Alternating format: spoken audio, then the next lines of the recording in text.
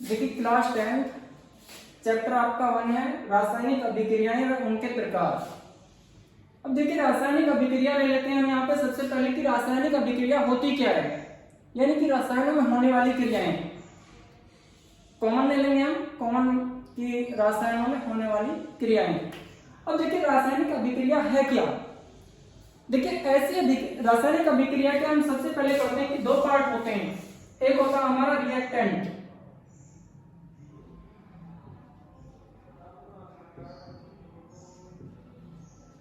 और दूसरा होता है हमारा प्रोडक्ट।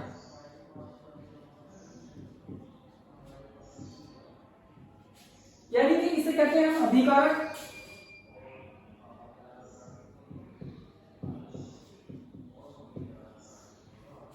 और इसे कहते हैं हम उत्पाद। अब देखिए हम इससे लेते हैं कि रासायनिक अभिक्रिया होती क्या है। देखिए ऐसी अभिक्रिया जिसमें दो या दो से अधिक अभिकारक मिलकर, यानी या तो दो या फिर दो से अधिक आपस में मिलेंगे और फिर मिलने के बाद में उत्पाद बना रहे हैं या उत्पाद बनाते हैं, वो अभिक्रिया हमारी रासायनिक अभिक्रिया कहलाती है।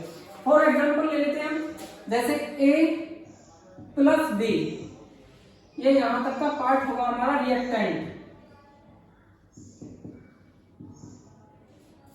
ये दोनों आपस में मिले और मिलने के बाद इन्होंने कोई जो है प्रोडक्ट बनाया। प्रोडक्ट हमारा या तो ए बी ले लेंगे हम, ए बी, या फिर ले लेंगे ए प्लस बी। तो इस तरह से इन्होंने कोई हमारा प्रोडक्ट बनाया।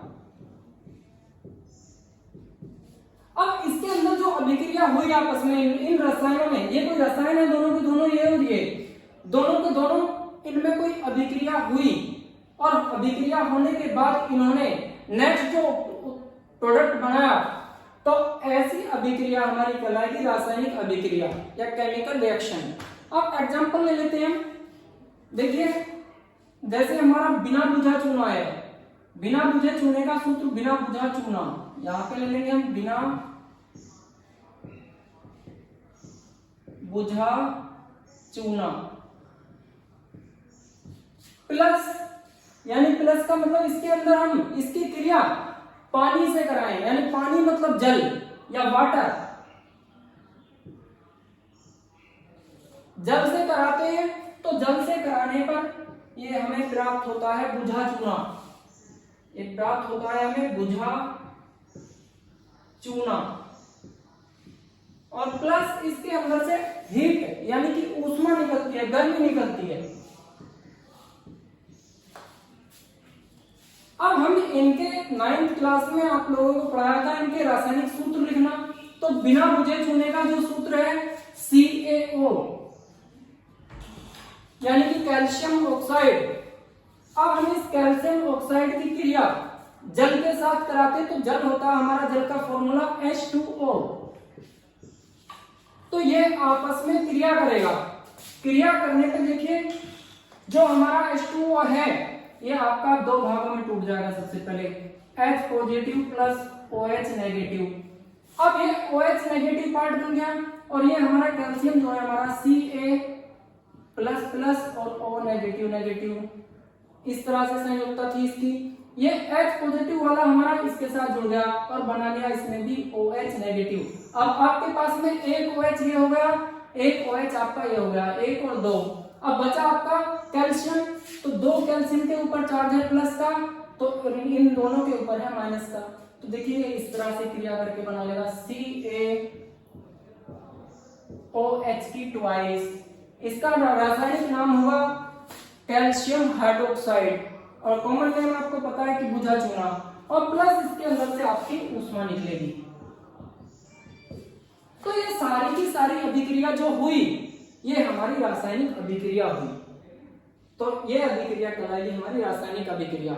अब बात आती है कि रासायनिक अभिक्रियाओं के प्रकार, यानी कि ये कितने प्रकार की होती हैं। यहां पे ले लेंगे हम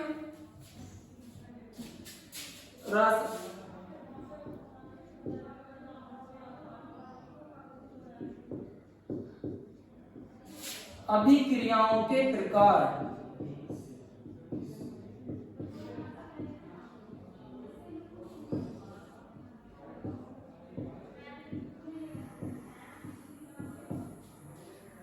या टाइप्स ऑफ केमिकल रिएक्शन।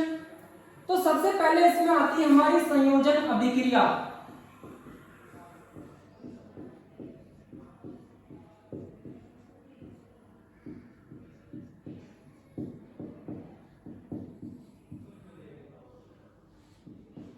संयोजन अभिक्रिया या कंपोजिशन रिएक्शन, यहां पे लिख सकते हैं या कंपोज रिएक्शन। तो कंपोज रिएक्शन होती क्या है? ऐसी अभिक्रिया जिसमें दो या दो से अधिक अभिकारकों का डायरेक्टली योग होता हो, यानी आपस में डायरेक्ट जुड़ रहे हो, केवल एक प्रोडक्ट बना रहे हो, वो आपकी हमारी कंपोज रिएक्शन या संयोजन अभिक्रिया होगी। देखिए कैसे, यहाँ पे लिख लेंगे हम दो या दो से अधिक अभिकारक, दो या दो से अधिक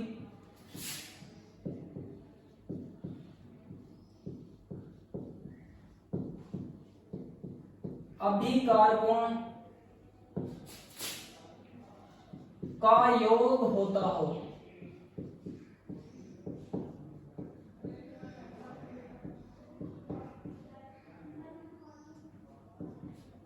तो ऐसी अभिक्रिया हमारी संयोजन अभिक्रिया कहलाती।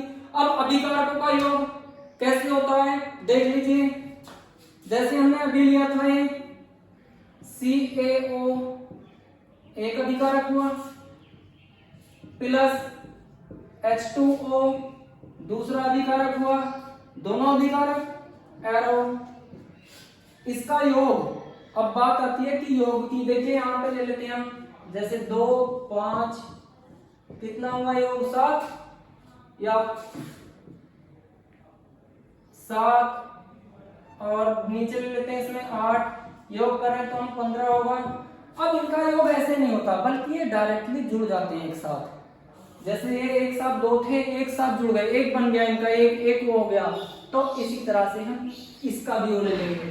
तो इसमें जैसे देखिए ये बन गया था हमारा CaOH की ट्वाइस, यानी कि बुझा चूना, हमारा एक प्रोडक्ट बन गया इससे। ये हमारे एक पहला रिएक्टेंट बिना बुझा चूना है, दूसरा रिएक्टेंट हमारा जल है, और हमारा जो प्रोडक्ट बना वो आपका CaOH की ट्वाइस यानी कैल्शियम हाइड्रोक्साइड बना। तो यह अभिक्रिया हमारी होगी संयोजन अभिक्रिया। दूसरा एग्जांपल ले लेते हैं हम इसका। देखिए सोडियम कार्बोनेट Na2CO3 आप लोगों ने पढ़ा था, Na2CO3 यानी धामन सोडा या सोडा एस इसे बोलते हैं, सोडा एस।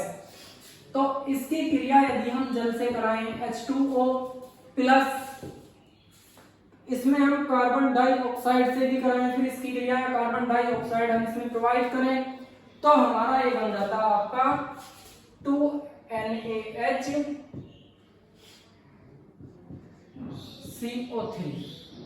देखिए एक रिएक्टेंट हमारा ये है, दूसरा रिएक्टेंट हमारा ये है, तीसरा हमारा ये है। यहाँ पे लिखा था हमने 2 हों या फिर 2 से अधिक हों, तो यहाँ पे 1 2 और 2 से अधिक हो गया, और अधिक होने के बाद भी इसका डायरेक्टली सारे का योग हो गया। तो ये बन गया हमारा खाने का सोडा।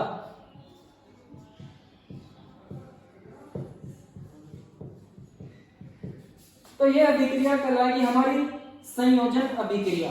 दोनों एग्जाम्पल हो गए इनके। अब लेते हैं हम इसके बाद में वियोजन अभिक्रिया।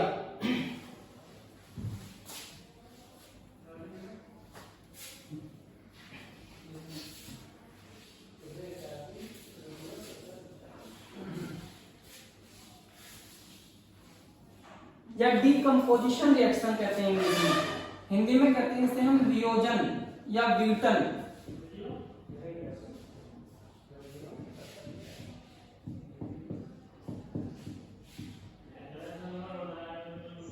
देखिए वियोजन का मतलब या डीकंपोज होना, डीकंपोज मतलब टूटना। अब हमारे पास में सपोज करो ये कोई एक है, अब ये कोई एक रिएक्टेंट है हमारा, अब इसके हम 2 पार्ट या 2 से ज्यादा पार्ट करें, तो ये हो गया हमारा इसका डीकंपोज करना, इसको यानी कि तोड़ना।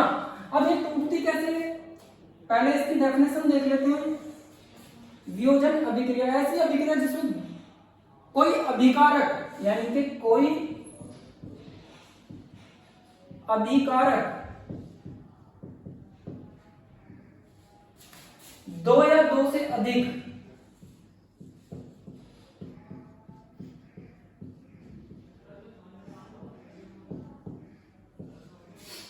उत्पादों में टूट जाता है।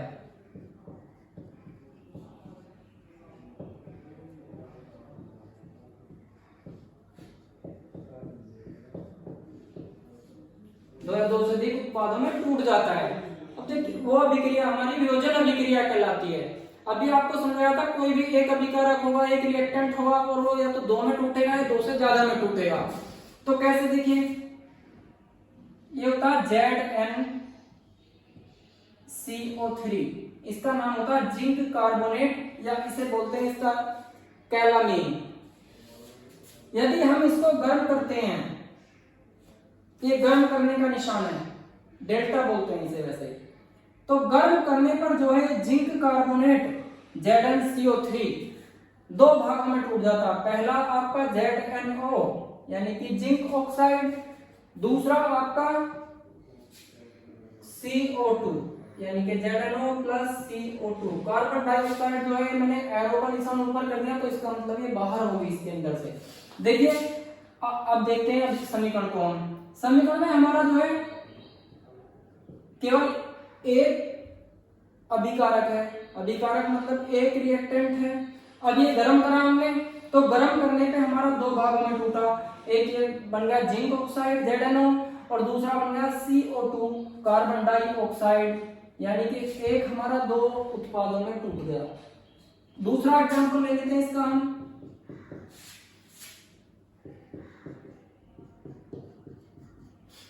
जैसे हमारा खाने का सोडा है, खाने के सोडे का सूत्र होता है NaHCO3 या सोडियम हाइड्रोजन कार्बोनेट या सोडियम बाइकार्बोनेट। इसके दो अणु लेंगे, यदि हम इसके इन दो अणुओं को गर्म करें तो ये गर्म करने पर जो है हमारा टूट जाता है Na2, ये Na है तो ये हो जाएगा Na2CO3 sodium carbonate plus H2O plus CO2 carbon dioxide, ये आपका बाहर हो जाएगा इसी रूप में। तो हमारा देखिए अब देखते हैं जो हमारा प्रोडक्ट है वो रिएक्टेंट है वो हमारा एक है। प्रोडक्ट कितने बन रहे हैं इससे देखिए 1, 2 और 3। तो यहाँ पे लिखा हमने जब कोई अभिकारक दो या दो से अधिक उत्पादों में टूट जाता है, दो में ये टूटा हमारा, 3 में ये टूट गया, यानी दो से ज्यादा में 1, 2 और 3, 4 भी हो सकते हैं, 5 भी हो सकते हैं आगे। तो ये अभिक्रिया कहलाएगी हमारी वियोजन अभिक्रिया या डिकम्पोज रिएक्शन। देखिए ये टॉपिक इतना ही, आगे जो है आपका नेक्स्ट वीडियो में समझाया जाएगा।